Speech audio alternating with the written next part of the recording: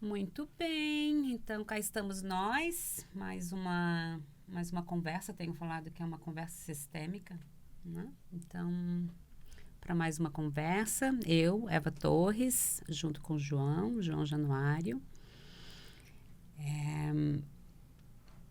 A proposta é que em alguns momentos a gente converse só nós dois, né, João? Mas em outros a gente traga alguém para estar conosco.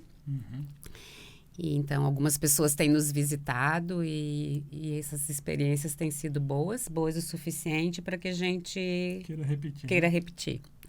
Então, hoje, num desses momentos em que a gente traz alguém para conversar com a gente tem uma convidada, mas antes de apresentar a nossa convidada, a gente quer falar alguma coisa? Tem os avisos de sempre, né? Então, por favor. É importante para quem estiver acompanhando a gente seguir o canal, botar um comentário, ajudar a gente a divulgar. A gente é um podcast pequeno, né? E, de certa forma, por mais que é bom ter os números e tudo mais, isso aqui é uma parte, eu acho, de um serviço que é importante para nós, né? Que é informar Sim. e conversar e abrir um espaço para tratar de assuntos de uma forma um pouco mais leve. Sim. Cada um pode se conectar da forma que achar melhor. Sim, exatamente. Então, a presença de vocês nos ajuda a continuar também. Por favor. E, então, hoje aqui com a gente é Luciana Kaulen Fernandes Martelo. Ficou com o nome de princesa agora. Eu não conheci esse martelo no final. Martelo, recém-casada. Ó o martelo. Interessante. Então, Luciana, Lucy, tantas formas e tantos jeitos de ser chamada e referida. Recém-casada, né? Então, ainda em plena desfrute, usufruindo ainda da experiência de passar por um momento tão especial na vida, né? Que é o casamento. Por isso agora Martelo, Senhora Martelo. Sobrenome diferente, né? Interessante, né? E então nossa convidada hoje para a gente poder explorar aí um pouquinho da tua trajetória, da tua história, das tuas descobertas e aí transformar o teu percurso numa conversa entre nós e deixar que outras pessoas possam usufruir da tua experiência, da tua trajetória. Sim. Quer te apresentar? E uma conversa entre amigos, né? Sim. Sim, uma conversa entre amigos. Sempre bom. Sempre bom. Foi uma surpresa quando começou o podcast e eu vi o João com a nossa Eva. E é muito bom estar aqui com vocês e poder dividir um pouquinho de tudo que vivi e vivo, né? Porque é todo dia. Me chamo, né, Luciana Kaulen Fernandes Martelo. Ainda estou com dificuldade de assinar, mas a gente chega lá 1 mês e pouquinho do casamento, né? Então tá bem recente. Mas a minha história começa tão antes, né? 41 anos, com carinho de 35, dizem por aí. Dizem por aí. Mas a gente pode começar sobre uma coisa que pegou o João, a solidão. Né? Que foi algo que chamou a atenção quando eu comentei. Tu preferes que a gente te faça uma pergunta agora ou tu tens um roteirinho assim dentro a solidão me dá, mas depois ótimo quando vem uma pergunta para eu não me perder também. E aí tu queres falar da solidão especificamente numa situação? Numa situação pré-conhecer Eva. Eu estava num período doente, sem saber o que tinha.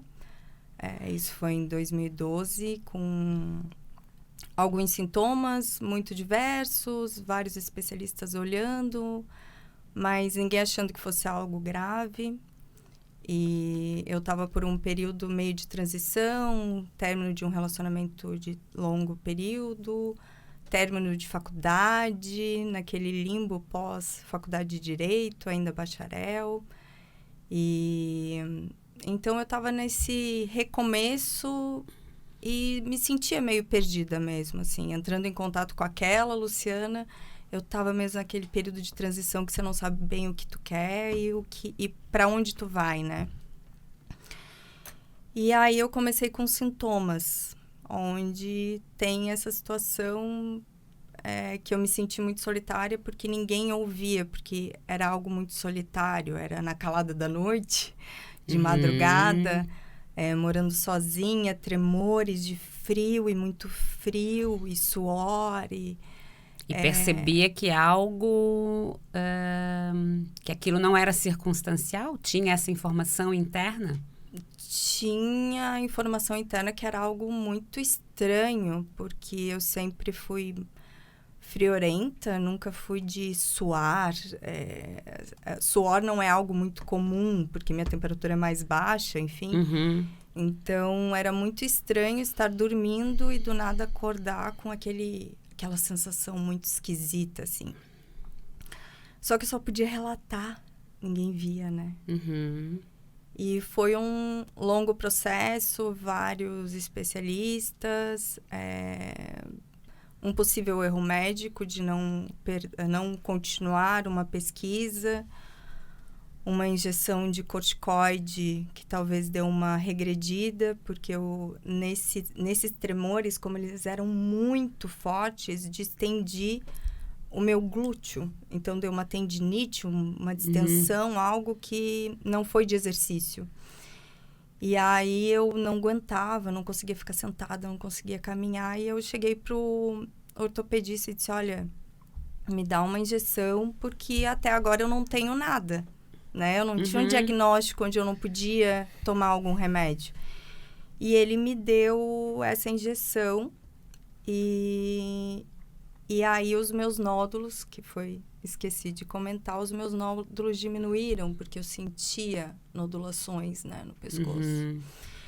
E diminuiu e cessou aqueles sintomas e eu vivi 6 a 7 meses bem. Tinha conseguido um trabalho, estava trabalhando, recomeçando. E aí, após uma perda de uma grande amiga minha, que foi câncer, em dezembro, eu notei que voltou alguns sintomas. Eu senti que, quando eu passava, já tinha de novo aquela nodulação. Agora todo mundo já está passando. A mão no pescoço também. Tu segurou a tua? Sim. É que eu sempre tenho que, né? Meus queridinhos aqui, meus alertas. E eu senti que tinha realmente algo. Agora sem tremores, sem suor noturno.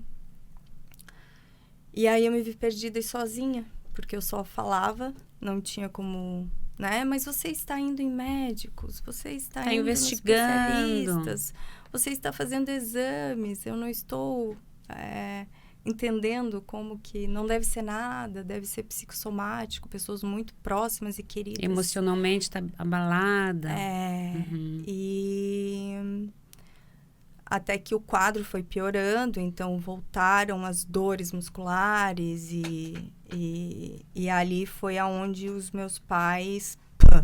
Então, tu tinhas 31 anos, Lu. 31 anos, completos nessa segunda fase, né? A primeira eu estava com 30 ainda. E esse período foi muito solitário, porque então eu tinha os sintomas, eu sentia algo estranho e eu não conseguia demonstrar isso perante exames, que estava tudo bem.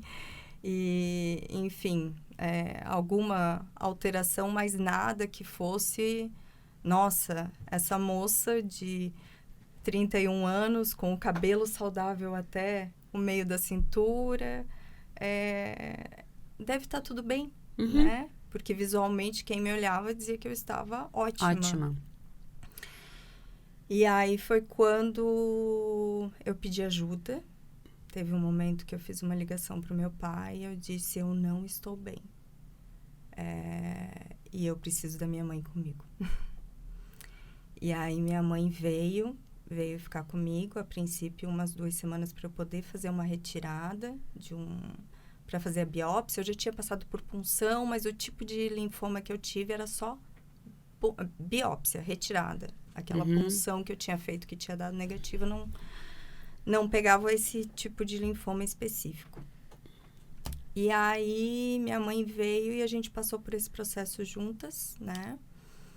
Onde eu comecei a me sentir um pouco mais amparada, né? Então, eu comecei a... E a solidão tinha muito a ver com o jeito como tu tinhas se estruturado para ser independente, para ser autônoma. Tinha muito a ver com as pessoas não estarem disponíveis para ti? Ou era uma junção dessas duas circunstâncias? Eu acho que uma junção, mas eu tenho uma característica onde, desde que eu nasci, os meus pais falam: a Luciana se vira. Eu sempre me virei. Eu fui a primeira a não precisar mais de fralda, né? Eu tenho 2 irmãos mais velhos, então eu fui a primeira a desfraldar tranquilamente, sem intercorrências. Eu sempre fui independente, desde pequena, assim, uma criança mais... que não demonstrava tanto que precisava, né? Então, também a tua estrutura de personalidade colaborou bastante com o jeito como tu te configurou para a vida de jovem adulta, ajudou bastante as pessoas estarem confiantes de que estava tudo bem. Sim. Estou falando isso justamente para reforçar que o pedido de ajuda é o grande ponto de virada. Sim. Nesse momento, né? Então, Sim. aqui tem algo bem especial e importante, né? Que abrir mão do hábito, talvez, né? Abrir mão desse hábito, né? De sempre se bastar para, de repente, se colocar numa vulnerabilidade, né? E isso, deixar claro normalmente eu gosto de dizer com uma frase curta e simples, deixar claro essa solicitação. Deixar claro esse pedido de ajuda, né? Sim. Eu preciso de ajuda. Não sei se foi essa frase que tu falaste. Sim, eu preciso da minha mãe. Eu preciso da minha mãe. Eu acho que talvez eu nunca tivesse dito especificamente isso. Talvez nunca tivesse 50% dito. do tratamento foi aí já. Isso, né? Exatamente. 50% do tratamento já é uma pílula instantânea. Eu preciso da minha mãe. Nesse momento. Meu pai normalmente não atende o telefone, minha mãe estava no banho. Eu acho que toda aquela coisa proposital. Então, falei com meu pai, aqueles sintomas retomaram, estão mais fortes, eu estou em sofrimento. Preciso da minha mãe. Preciso da minha mãe, porque eu sozinha não dou conta. Foi muito nesse sentido. E aí, a partir daí, veio um diagnóstico de uma doença... Logo em seguida, ela veio para cá em março, início de março. Eu sei porque teve um acidente de uma amiga querida e foi nisso que eu tinha acabado 2 meses que eu tinha perdido uma grande amiga e quase perdi outra. Então, ali foi onde eu pedi e a minha mãe esteve comigo logo em seguida, 9 de março ali, foi logo em seguida.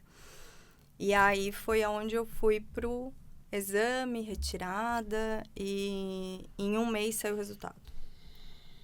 E aí tínhamos um linfoma... Linfoma Hodgkin.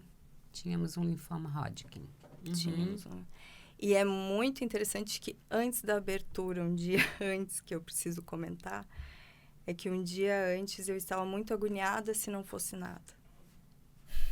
Porque então, se não fosse nada... Algo havia. Eu liguei para minha comadre, Renata, e só ela me entendeu naquele momento. Como em alguns outros também, mas naquele momento foi primordial. Especialmente. Eu liguei e disse: amiga, se não for nada, eu vou ser internada. Porque se eu não tenho nada, se eu já percorri todos os caminhos da medicina que precisava de especialidades, né?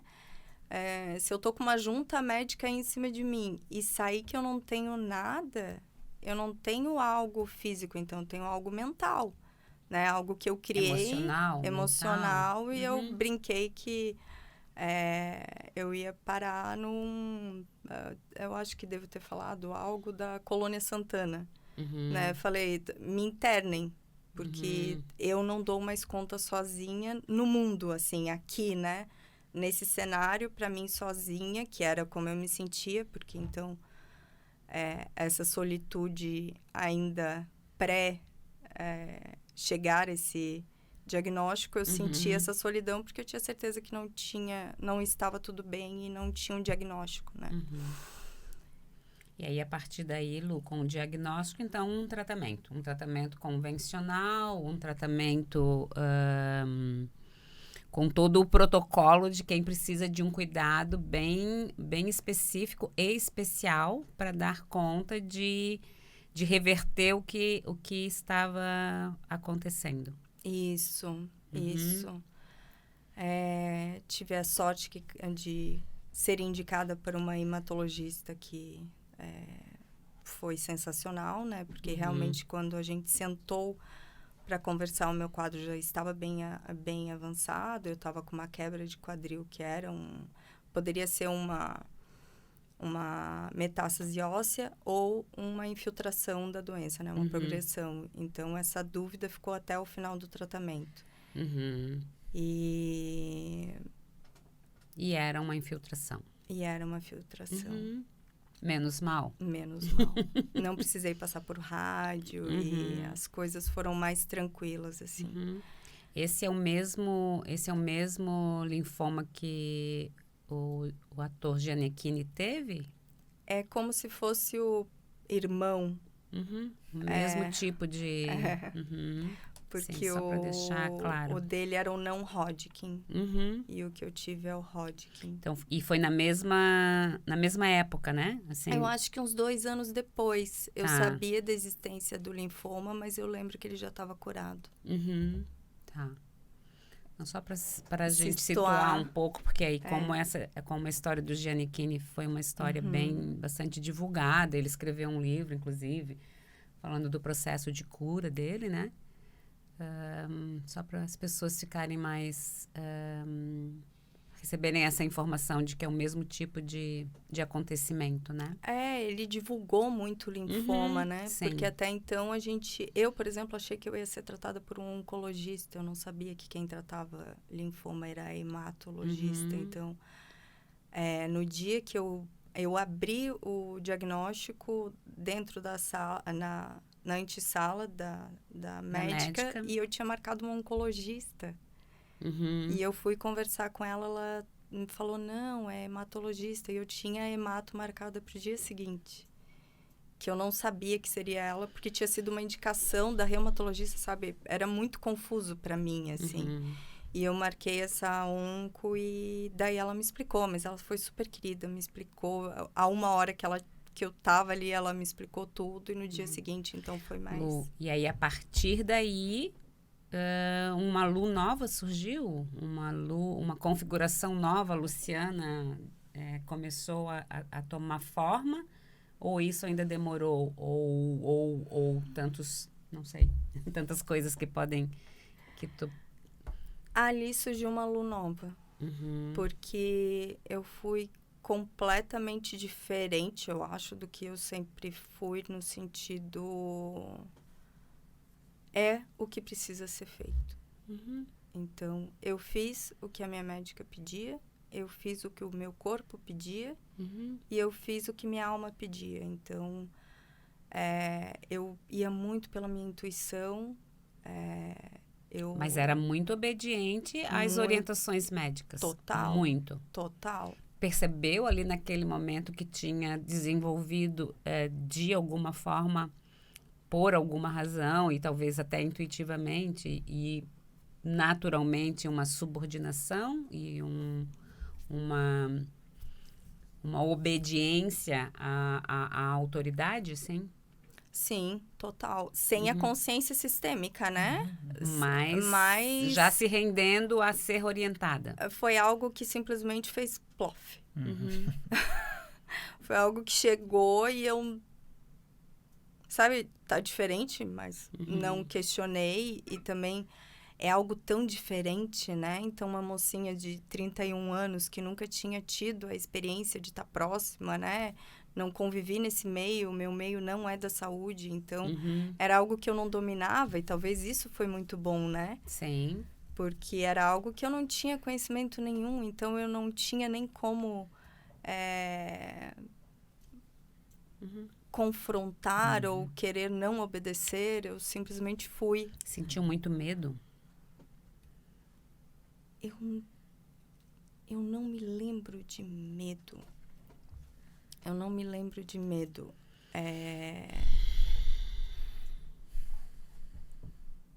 Eu tive muito mais medo antes.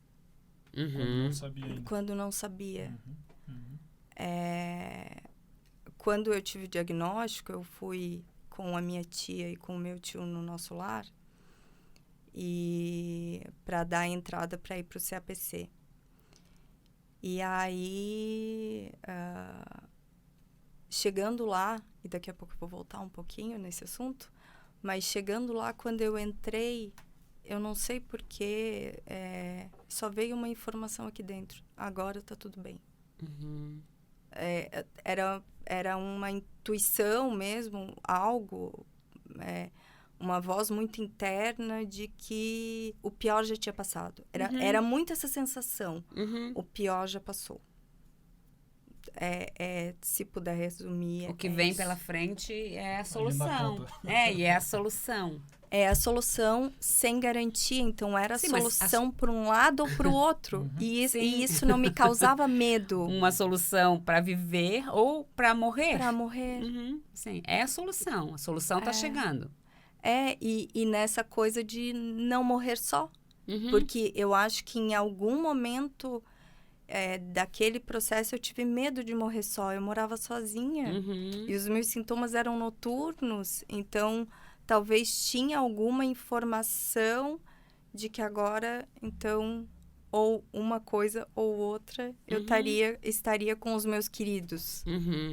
Sim. E é interessante, né? Assim, para quem está assistindo a gente, é importante. Tem duas coisas que eu sinto vontade de falar pelo nosso campo de trabalho, né? Sim. O primeiro, a Luciana não mencionou isso no trabalho dela.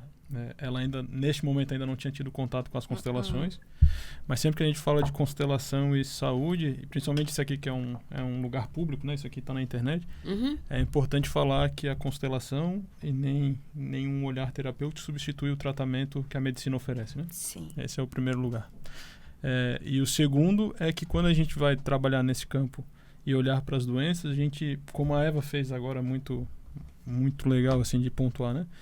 Encontrar o subtexto da doença, né? E os movimentos que a doença vai nos colocando a fazer, porque tem uma parte da cura para aqueles que acreditam que há uma amplidão um pouco maior do que além a simples mecânica do nosso corpo, que a doença nos coloca a trabalhar também, né? E foi interessante quando a Eva trouxe, né? Tu teve que aprender a se submeter a algo ali, né? Então, tu já reconheceu, por exemplo, o movimento da busca da necessidade de alguém acima, quando pede ajuda da mãe. Depois de reconhecer a autoridade de alguém que fala, faça e eu faço, né? As submissões que a gente vai tendo, né? As rendições, né? Me render Isso. ao que é maior do que eu. Isso. Que é, assim, se a gente fosse falar, por exemplo, a partir do conhecimento sistêmico, é uma situação de bastante aprendizado da ordem, por exemplo. Total. Bem claro, né? Total. E daí você começa a reconhecer que tem uma diferença de lugar e tal. E é interessante que quando a gente vai trabalhar com essas coisas na constelação, esse é um lado do aprendizado que permite que esse outro conhecimento, que é a medicina, também começa a se movimentar dentro do seu tratamento e tal, porque é como se o corpo começasse a aprender a lição e a soltar para uma solução qualquer. qualquer que seja essa solução. Sim, né? muito bem. Então é interessante para quem estiver ouvindo a gente também entender que a nossa conversa vai um pouco por esse lado também do subjetivo, né? Não só do físico. E o físico é extremamente importante, graças a Deus que existe a medicina para nos dar suporte no físico, né? Sim. Mas que entra esse outro lado também. E o processo físico vai sendo acompanhado pelo processo emocional. Eu diria reforçaria até um pouco, falaria um pouco diferente, que é o processo emocional conduz conduz o processo físico. Então, o físico vai responder às nossas emoções, né? Então, quando eu, numa situação de fragilidade, de vulnerabilidade física, faço esse movimento de tem alguém maior do que eu, tem alguém melhor, né? Existencialmente do que eu, porque estudou, ou porque viveu, ou porque é alguém que eu procuro para me conduzir e eu me submeto aqui, usando a palavra submeter com o sentido positivo, né? E eu me submeto a isso, eu me rendo a essa condução. Eu trabalho nos dois níveis, no nível emocional e no nível físico, porque o meu corpo acompanha esse movimento de rendição. Né? Então, é quase como se então, eu fosse ensinando o meu corpo a sentir o alívio de estar sendo conduzido. Tem alguém que me orienta. Dá um passo mais comprido, dá um passo mais curto. Agora a gente vai fazer isso, né? E é por isso que os tratamentos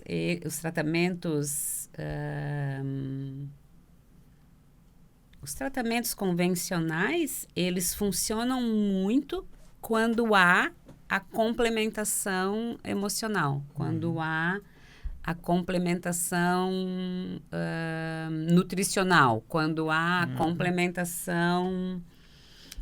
Nos muitos âmbitos, né? Em vários âmbitos, né? Olhando para toda para todo esse ser potente que somos, nas nossas mais variadas partes, né? E a Lu fez isso, né? Então, ela fez... Primeiro, ela fala, eu preciso da minha mãe. Depois, ela segue o médico, segue as orientações da médica.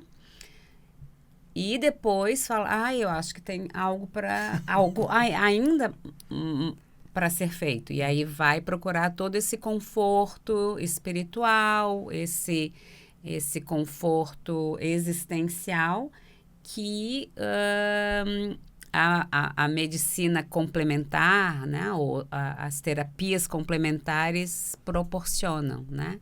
Sim. E eu me lembro que ali lá fora a gente conversou um pouquinho e tu trouxe, né, que foi essa situação que te colocou, quando tu falou bem assim, né, quando eu descobri que eu estava curada, se abriu um caminho de trabalho na minha frente, né? E eu fiquei curioso para saber o que apareceu, o que começou a aparecer nesse momento como necessidade. Quando essa questão dos linfomas deixou de ser uma questão que te preocupava de resultado, né? O que se abriu na tua frente ali? Qual foi a curiosidade que veio? Pós-cura, isso? Então, eu me subordinei, né, ali antes e eu conheci a Eva dentro do CAPC. Centro de Apoio ao Paciente com Câncer, Ribeirão da Ilha. E na época, a minha tia tinha falado, conheça a Eva, talvez ela possa, né, te ajudar. E a gente teve uma conversa dentro do CAPC, mas eu não sentia a necessidade de nada mais. Eu tinha tudo ali. Eu tinha, né, a médica, a família me cuidando. Então, a Eva falando, eu me lembrei aqui da minha mãe, do meu pai, dos meus irmãos, até do meu afilhadinho que ia me distrair. Então, eu me rendi. Então, eu era cuidada por todos. Eu não... Amigas, enfim. Marcelo, tô com um pouco de frio. E no dia que eu estava no meio do tratamento, como eu fui muito certinha e não faltei nenhuma químio, não tive nenhuma intercorrência, quando precisava ficar trancadinha dentro de casa eu ficava, porque minha imunidade foi um grande desafio nesse período, porque como eu já estava um pouco debilitada, isso era uma questão bem importante. Eu parei um pouco para poder fazer o PET scan, né? E aí eu descobri que eu estava curada no meio do tratamento. Então, eu e minha mãe dentro do carro, chorando, meia hora parada dentro do carro. Choramos muito. E só a gente sabe, né, mãe? Só a gente sabe. E nesse momento, chorando, eu falei, mãe, agora eu preciso de ajuda para voltar a viver. Porque foram 4 meses muito intensos. Parecia que não foi nada, né? O que é 4 meses no teu ano, né? Mas aqueles 4 meses, como eu deixei de ser a Luciana que eu era e eu me entreguei a tudo que foi necessário para me ajudar a curar, eu não sabia voltar, sabe? Voltar a essa coisa de pensar em trabalho... Mesmo porque tinha um corpo diferente, né? Não era mais a Luciana fisicamente, era outra Luciana, né? Totalmente diferente. Não podia mais sentir igual a Luciana antiga, não podia mais falar igual a Luciana antiga. Aprendeu muita coisa, né? Muita coisa. E é engraçado, porque foi sem querer, porque eu simplesmente me entreguei, né? E não tem explicação, não tem como explicar. E aí eu falei, agora, eu já tinha o contato da Eva, eu disse, agora eu vou entrar em contato com a Eva. E foi quando a gente fez o nosso primeiro contato. Eu ainda finalizei o tratamento, eu tive que fazer, no total foram 6 ciclos. E era previsto 8 mais rádio, então eu terminei com 10 com estrelinha, né? Foi uma boa, foi aprovada com mérito. Porque realmente o quadro inicial era bem complexo. E foi quando eu me vi na salinha com a Eva. E dentro do CAPC ela já tinha feito algumas falas sobre o porquê os pequenos adoecem, porque lá dentro e todo o meu tratamento eu convivi muito mais com pessoas mais velhas. Eu era uma das únicas mais novas, né? E isso me chamou a atenção. Então, esse primeiro contato terapêutico dentro de um ambiente com a Eva ali, só nós duas, foi quando começou a ter um pouco mais contato com a constelação, aos poucos, né? A Eva sempre é muito respeitosa, né? Não trazia, assim... A força. A força. Eu nem percebia o que a gente estava conversando, né? Sim, mas é que o grande treino já tinha vindo, né? Ela já tinha aprendido. Ela não tinha aprendido nas palavras e nos pensamentos, na razão. Mas o corpo já tinha assimilado. Mas o corpo, o físico e o corpo emocional já tinha assimilado. Já tinha intuitivamente, ou naturalmente, ou organicamente, já tinha recebido o aporte. Né? Então, só precisava organizar o conceito. Só precisava dizer, olha, tem uma coisa aqui que foi organizada dessa forma, por exemplo, né? Sim. E aí, ali começou aos poucos, né? Nas conversas, depois eu entrei para o grupo terapêutico e depois fui conhecendo o trabalho da Eva como consteladora. E o grupo terapêutico tinha justamente essa função de fazer um alívio dessa solidão. Porque, sim, tinha feito uma trajetória, de artista solo, sabe? E aí precisava de uma banda. Estava aprendendo a trabalhar em banda agora. Precisava de uma banda, de uma orquestra, precisava afinar o seu instrumento ou a sua voz com a interferência dos outros artistas, né? Que imagem interessante, né? Né? É verdade. Precisava da banda para poder ter.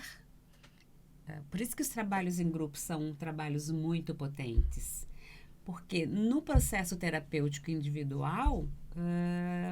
o ambiente está ali ao teu gosto. A teu gosto, sabe? Completamente ao teu gosto. Claro. E se não tiver a teu gosto, tu troca de terapeuta. E vai ficar o meu gosto. Né? E vai ficar o teu gosto, que tu vai procurar tanto que tu vai encontrar outro. Se o primeiro terapeuta que tu escolhe não é pontual, tu escolhe um que seja. Se o primeiro terapeuta que tu escolhes não é próximo a tua logística se complica, né? Então, um terapeuta ideal tu vai se encontrar. Mas isso o processo é valiosíssimo. Uhum. Porque foi assim que começou. Só que chega um momentinho que a banda faz sentido, porque aí na banda o terapeuta tá no horário, mas o teu colega chega atrasado.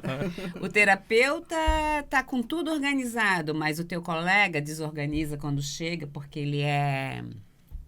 Porque ele não tá no mesmo acordo. Tá, Tu e o terapeuta é um acordo, tu e as outras pessoas são outros. E aí ele né? Então são 10, 12 indivíduos com as suas histórias, suas biografias, suas necessidades, seus processos terapêuticos se chocando, né? E a função do terapeuta é fazer com que... Não é fazer com que não choquem. É fazer com que o choque doa o suficiente. Não doa além do suficiente, né? Para que o crescimento aconteça. Sim. Né? Então, no momento em que a Lu...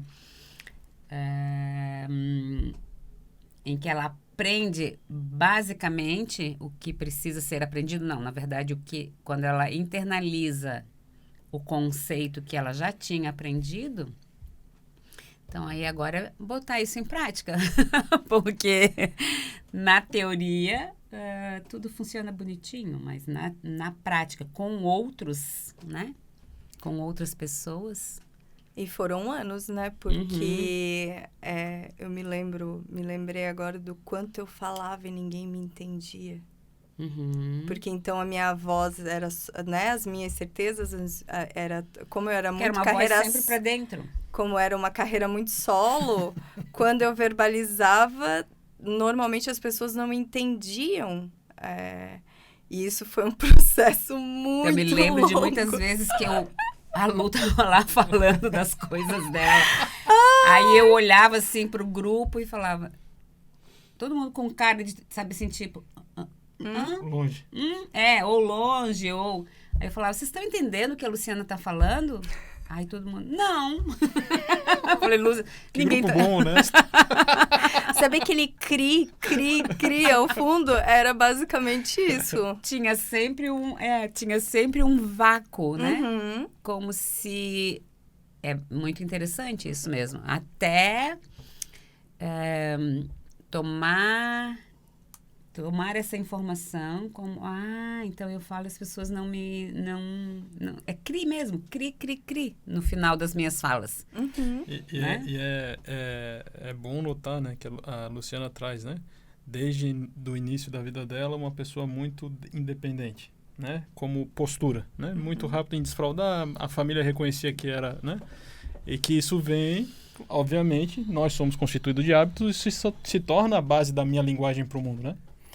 E daí, quando chega numa situação como essa, é realmente um ampliar, porque é necessário destruir algo que se sustentou até hoje e foi necessário por algum motivo. Perfeito. Para chegar num novo lugar, porque a vida está pedindo uma mudança. Claramente o corpo colocou uma mudança no meio do caminho, né? Sim. Algo precisa ser chacoalhado aqui, né? Sim. E quando tu foi seguindo esse caminho, Luciana, né, desse trabalho terapêutico, que foi te trazendo novas informações, o que mais tu foi encontrando ali que que te tomou como valor, que te trouxe valor, assim, na tua caminhada? Eu comecei a olhar mais pro outro e me reconhecer. Então, quando as nossas queridas ali falavam, eu começava a perceber que muita coisa que eu me achava sozinha também acontecia, sabe? Sentimentos que a gente tem e que parece que só você sente isso e ninguém mais. Eu comecei a ver que eu não era só. Que tinha sentimentos, ações e percepções que não eram só minha. Então, uma coisa que eu sempre ficou registrado em mim, é que às vezes eu aprendia mais sobre mim calada, escutando as colegas, me reconhecendo e ouvindo a Eva e a Monique falar algo, ou alguma outra colega falando algo para essa outra colega, que me tocava num lugar onde, quando eu falava e ninguém me entendia, não chegava. E a vida seguia também, né? Porque... Em paralelo. Em paralelo eu tinha uma Você não vida. espera, né? Nunca espera. Então, em paralelo eu tinha uma vida. E né, nesse período que eu iniciei o grupo, eu também comecei... Marcelo, dá mais uma aguinha pra mim? Comecei também uma relação, né, amorosa, onde não fluía, né, Eva? E foi, né, aos trancos e barrancos, até que findou-se. E quando findou-se, ficou uma sensação? De novo, aquela sensação de solidão, sabe? Aquela primeira lá que eu falei. Que tu já conhecia? Que eu já conhecia. E com o trabalho terapêutico, um dia a Eva levantou uma hipótese. E se? E se? E se você não veio ao mundo sozinha? Então, a Eva já tinha comentado, né, da questão, em algum outro momento, da questão do gemelar, né, do gêmeo sobrevivente. Mas, enfim, eu ouvi aquilo e não me pegava, não me tocou. E quando ela falou aquilo, eu não consegui tirar da cabeça. Eu fui para casa e aquilo pegou num lugar desconhecido. Quando um terapeuta faz que fica te pensando o tempo todo. E naquela semana tinha um grupo de constelação, o qual eu já fazia parte, e eu pedi, né? Ela perguntou quem tinha uma questão, e eu pedi, e ela perguntou, mas por quê? Eu disse, porque não sai da minha cabeça. Desde a hora que você falou, 24 horas por dia só via a Eva falando aquilo, e aquilo ecoando aqui, um eco. E foi quando a Eva e a Monique colocaram no campo os meus queridos irmãos, então os nascidos, né? Eu e os meus 2 irmãos os sabidos. Os sabidos. Os reconhecidos. Os reconhecidos. Os incluídos. Os incluídos. E depois chamou a geral. Depois começou a pipocar, assim. Sabe? Levantam aqui, levantam ali. E no fim, éramos 3 e finalizamos o trabalho com 6. Então, de terceira, eu fui para quinta. E de terceira filha, foi para quinta filha. Isso. E de caçula, fui... levantei um pouquinho, né? Porque caçula é sempre aquela coisa, né? Caçula. Ganhei... De caçula foi para antepenúltima. Antepenúltima. E... penúltima. Ah, penúltima. Penúltima, quinta, penúltima. Ah, quinta. E foi... a melhor sensação da vida. Estar ali, todos... Naquela sequência de irmãos. Trouxe um alívio e... aqui é meu lugar. Não é nem lá na terceira, nem na quarta, nem, né? Nem lá caçula. É aqui no meinho, sabe? Eu senti isso, assim, esse quentinho de estar no meio, sabe? Tá aqui com ele, né? Com os pais, mas com esse quentinho lateral, assim. Porque a linha geracional a qual a gente pertence, ela é substancialmente vital para a nossa saúde. Ela é vital para a nossa saúde. Substancialmente vital pareceu um pouco redundante demais, né? Mas é um exagero mesmo. Mas porque, às vezes, a impressão interna é essa, né? A informação interna é de uma coisa muito forte. A nossa linha geracional, né? Os nossos irmãos, eles são vitais para a nossa saúde. E a gente saber o mínimo qual é o nosso lugar nessa linha é muito importante para a nossa saúde, né?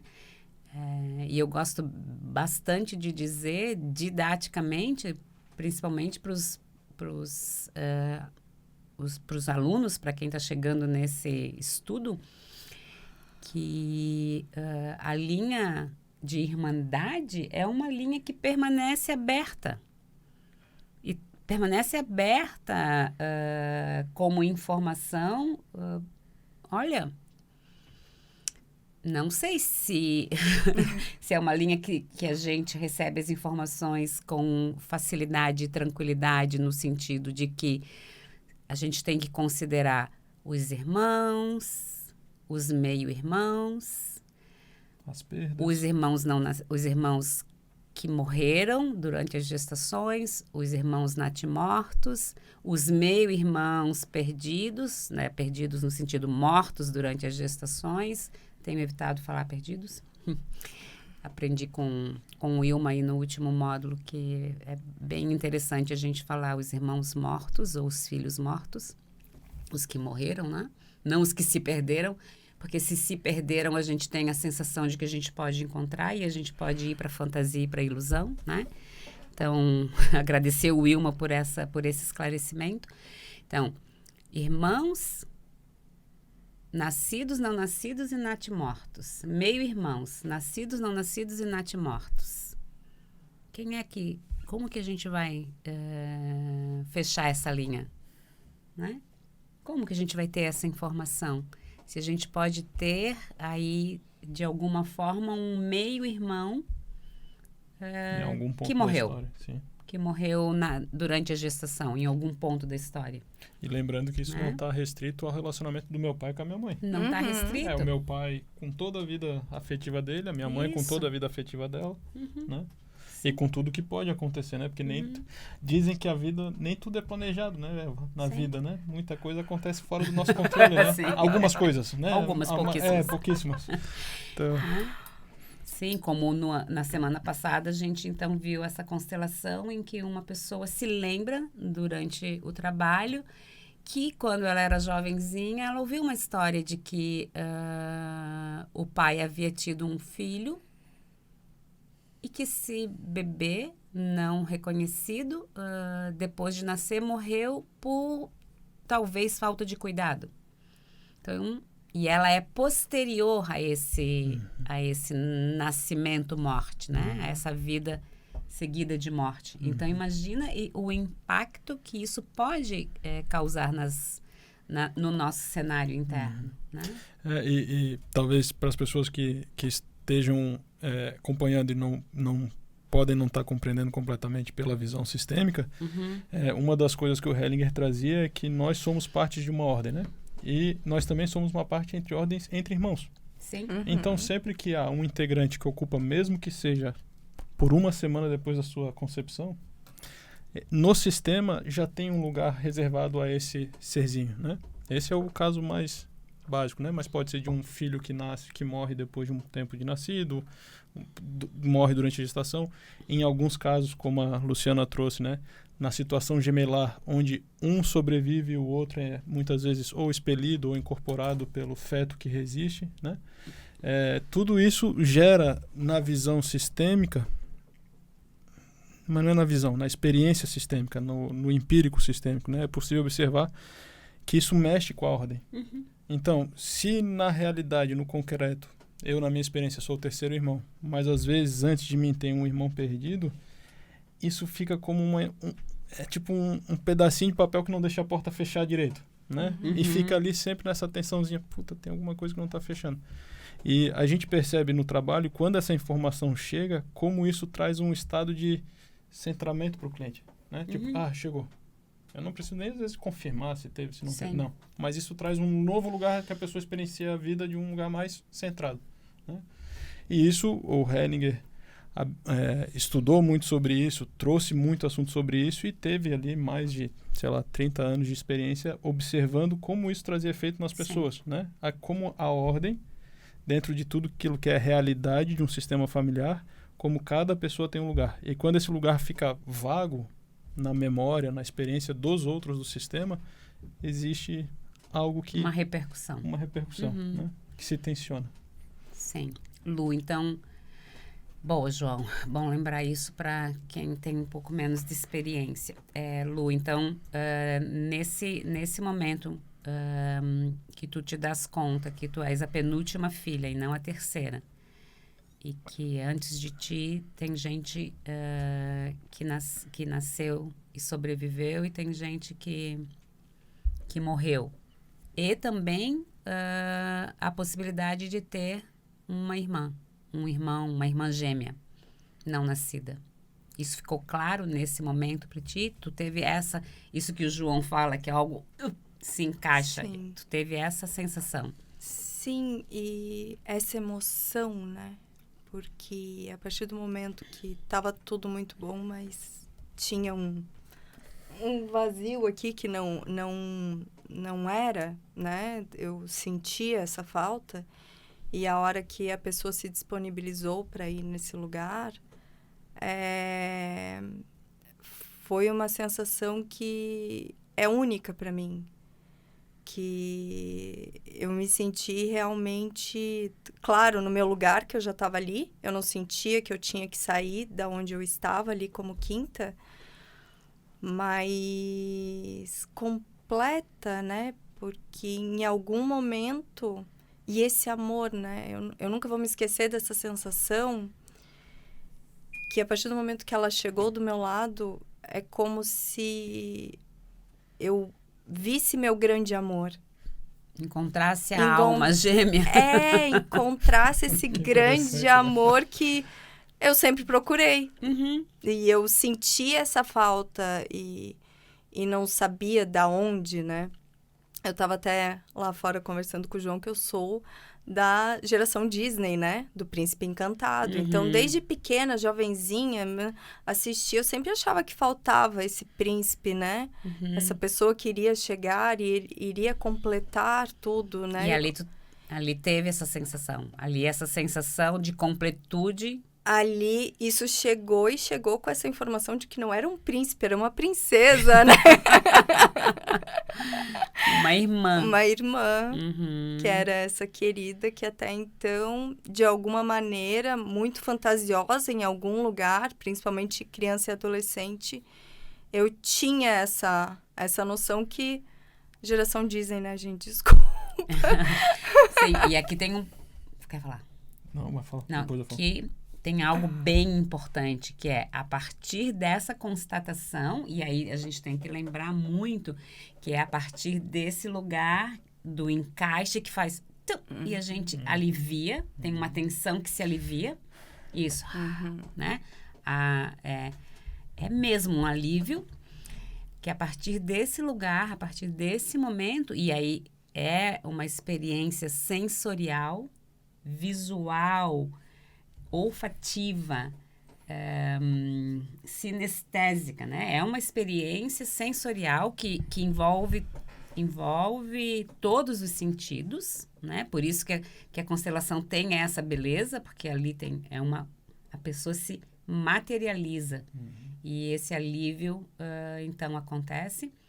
A partir disso, para ti, aconteceu, porque eu, de certa forma, acompanhei, e normalmente acontece para todas as pessoas, a gente começa a deixar os outros, que não são as nossas almas gêmeas, em paz. Porque então, sabe assim? Porque então a nossa alma gêmea chegou. Ela existe, ela é uma alma gêmea. E aí aqui, ó, um irmão, né? Um irmão não nascido, um irmão morto, mas que vem no mesmo momento de concepção. Com esse alívio dessa presença, com essa experiência, a gente começa a olhar para o namorado, para o crush, para o marido, para os amigos, de uma forma real. Sem a fantasia de que ali naquela pessoa vai chegar o meu alívio. Há a completude, há o alívio. Porque o alívio já aconteceu. E agora eu já sei que eu não vou encontrar em ti o meu alívio. Eu já encontrei o alívio, eu já encontrei essa completude. Que é uma experiência também, que é uma experiência uterina também sensorial. Né? Que é uma experiência em que todo o corpo do ser em desenvolvimento experiencia com aquela presença que de repente se apaga, que de repente esvanece. E no nível de célula, né? E no nível celular. Ali tá a presença de célula com célula ainda, né? Exatamente. Né? Então, é importante a gente frisar que esse irmão gêmeo que não nos acompanha no nascimento, nos acompanhou no começo, sensorialmente a gente teve essa percepção, ele é nas nossas vidas uma presença invisível. Ele é uma presença invisível. Mas está ali, a gente sabe. Por isso vem esse alívio, por isso vem esse lugar de relaxamento quando isso se consolida. Né? A gente fala, tá, então é isso. Encaixou. Encaixou. Eu não... Agora sim. Né? Que talvez seja essa tenha sido a tua experiência, né? Sim, e compreender até um pouco mais sobre isso, porque se fala tanto de amor pai e mãe, né? E quando eu estive ali com ela, eu vi que aquilo ali, eu senti que era inclusive maior do que o meu amor para todos. Para mim, pelo menos nessa experiência, Sim. E talvez para cada um pode ser diferente, ali eu encontrei o meu grande amor. E o meu pai e minha mãe puderam também ter o lugar deles de amor, né? Porque a amiga pode ser amiga, o irmão pode ser irmão, o pai e a mãe puderam ser pai e mãe, os primos e todos, né? Porque os namorados puderam ser só namorados. Principalmente. Né? Ai, que beleza.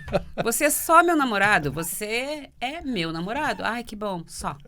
E aí pôde chegar pessoas, né, namorados normais, de carne e osso, então não tinha mais aquela expectativa. Lembra do Príncipe Encantado que vinha? Então, também poder conviver com pessoas, né, de carne e osso, com tudo que eu acho que então aqui gostaria de fazer a gente já vai fechando, então vou fazer 2 considerações importantes. Uma eu esqueci nesse momento, mas vai voltar.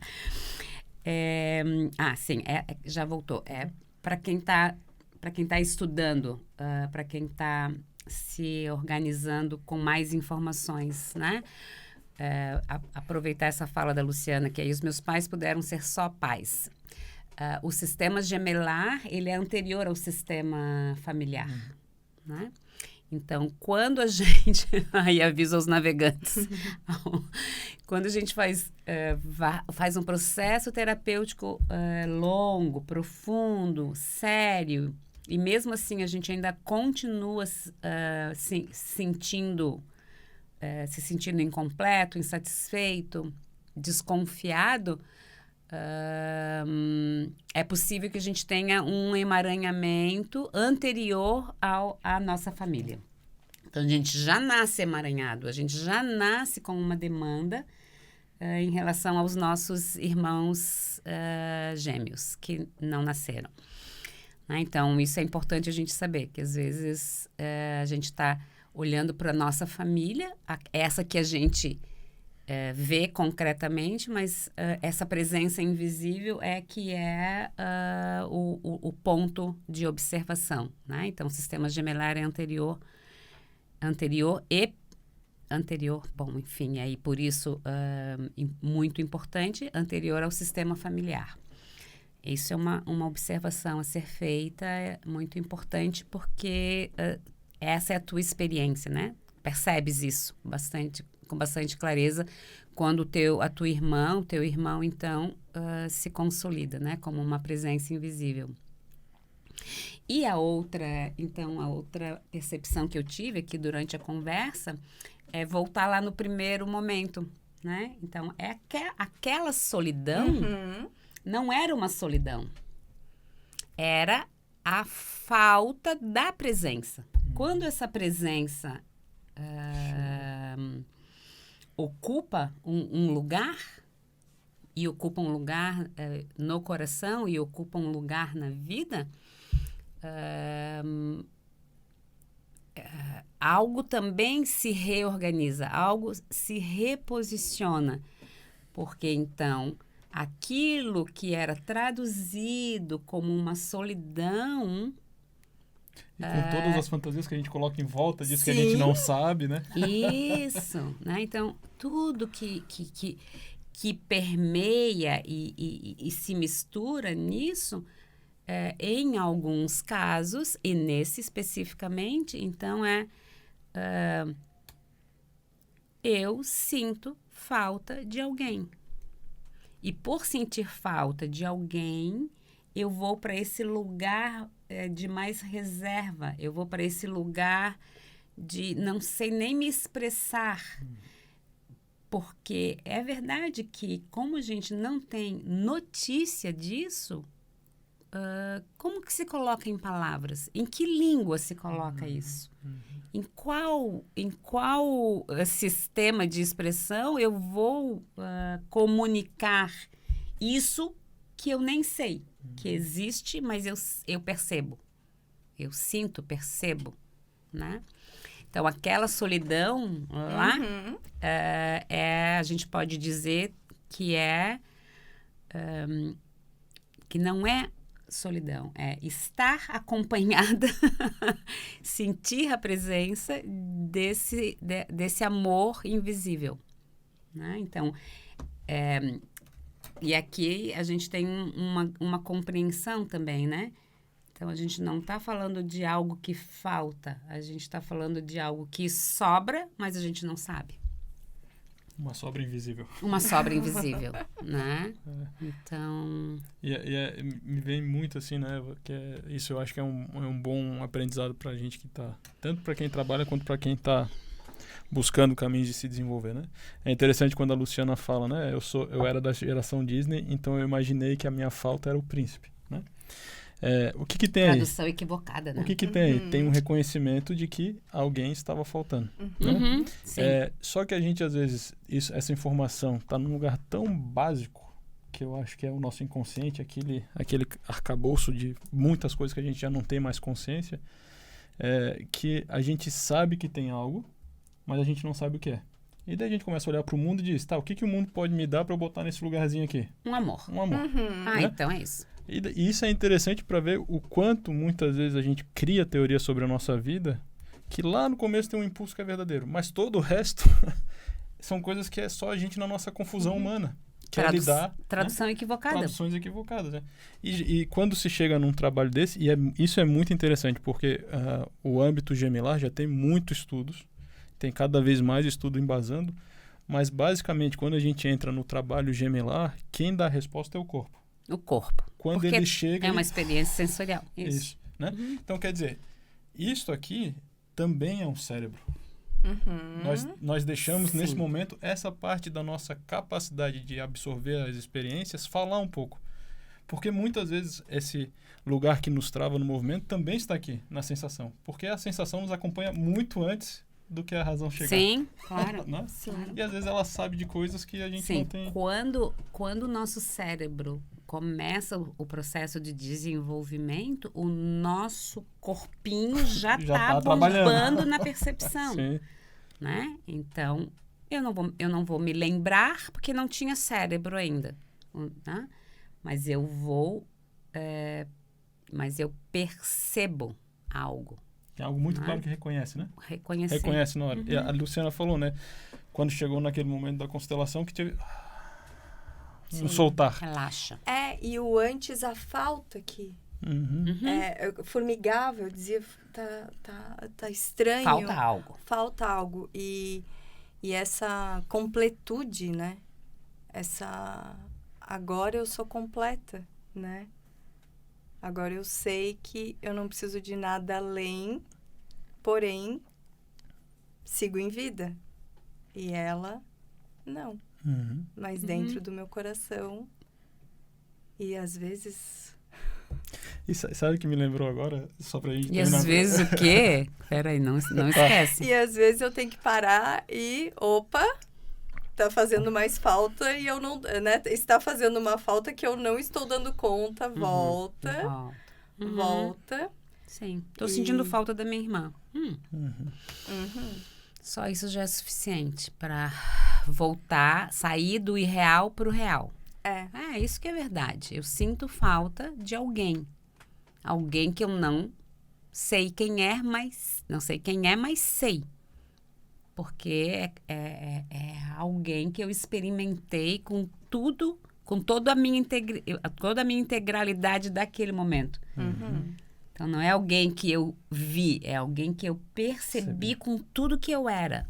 Né? Isso é muito forte, muito especial. Sim, pra gente terminar. Só pra gente encerrar, mas eu achei... Tu falou, me veio a imagem, né? Quando tu falou que tu tava fazendo teus exames da questão do câncer, o momento de não saber era confuso. Na hora que chegou um diagnóstico, por mais que não soubesse qual era a resposta, aquilo acalmava. E eu sinto que essa situação é a mesma coisa. E quando eu sinto a falta e não sei o que é, isso me põe num movimento de confusão. Quando aparece, não é saber o que é, o que vou fazer. Não, é o simples reconhecimento que esta é a minha condição interna. Alivia. E depois as ferramentas vão aparecendo e trazendo novos movimentos. Muito bem. Interessante. Muito bom. E eu falei isso porque é interessante como às vezes a vida começa a dar padrões que ela tá falando a mesma coisa em vários níveis. Né? Várias coisas. É interessante, né? E agora as pessoas me entendem, né? Claro. Agora, quando a Luciana fala, todo mundo entende que ela está totalmente conectada com a realidade. Muito, muito bom. Então, ainda várias coisas, né? Poderíamos ainda estender um pouquinho mais, mas eu acho que está bem. Lu, queres... em algum momento... Algo te passou aí, ficou e que tu gostarias de finalizar com? Ou para ti tá bem? O que tu gostarias ainda de falar pra gente finalizar? Não, tá ótimo. Foi também bom revisitar tantos lugares, né? Tantas coisas. Essa caminhada, 10 anos, né? De tudo isso. E agradecer a cada pessoa que esteve comigo antes, durante, depois, segue, né? Porque todo mundo foi importante para eu estar aqui hoje, bem, saudável e com alta médica. Isso é bem importante. Isso é bem importante dizer, né? Que ontem, então, a Lu fez uma visita àquela hematologista tão especial. E a hematologista falou, segue o teu caminho que eu tenho mais gente para cuidar. Tá de alta. Então, é isso. Só agradecer, né, essa pessoinha. Que traz tantas outras pessoinhas, né? Porque com a Eva teve tanta gente bacanuda, como diria você mesma, na vida. E agradecer vocês. E muito bom reencontrar o João pessoalmente agora. Conhecer o Marcelo. Que está com o desafio de nos deixar mais bonitas que o João. Claro, por favor. E Até um outro momento. Obrigada, Lu. Muito obrigada por toda a tua disponibilidade de estar aqui com a gente e revisitar esses lugares tão especiais. Obrigada. E lembrando, né, para quem estiver ouvindo a gente, sentiu curiosidade em algum assunto, sentiu necessidade de um apoio em algum assunto, tanto a Eva quanto eu estamos disponíveis nos nossos trabalhos, né, como terapeutas.